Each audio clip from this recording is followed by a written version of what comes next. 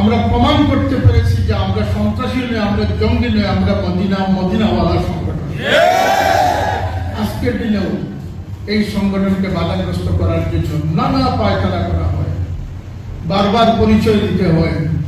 একটা পরিচয় আজকে ফাইনালি দিয়ে যাচ্ছি।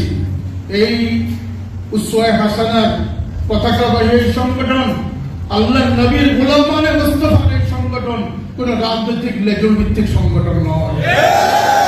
এই সংগঠন কোন দল, কোন বিশেষ ব্যক্তি বিশেষের বিরুদ্ধে কোন উস্কানিমূলক বক্তব্য ততক্ষণ না দিবে যতক্ষণ দিনে ইসলামের স্বার্থের উপরে আঘাত না আসবে।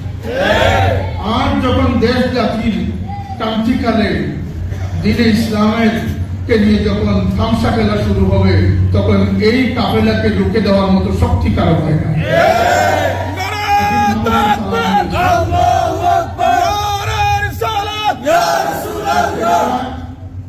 গোলামানে মুস্তাফা নবীর আশিকদের মাহফিলকে বন্ধ করতে চায়।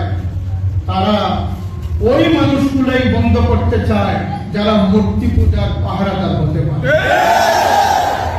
যারা মসজিদদেরকে পাহারা দিয়ে মূর্তি পূজায় উৎসাহিত করতে পারে, কিন্তু নবীর নামে স্লোগান দিলে সেটাকে জঙ্গি বলে তারা রুখে দিতে চায়।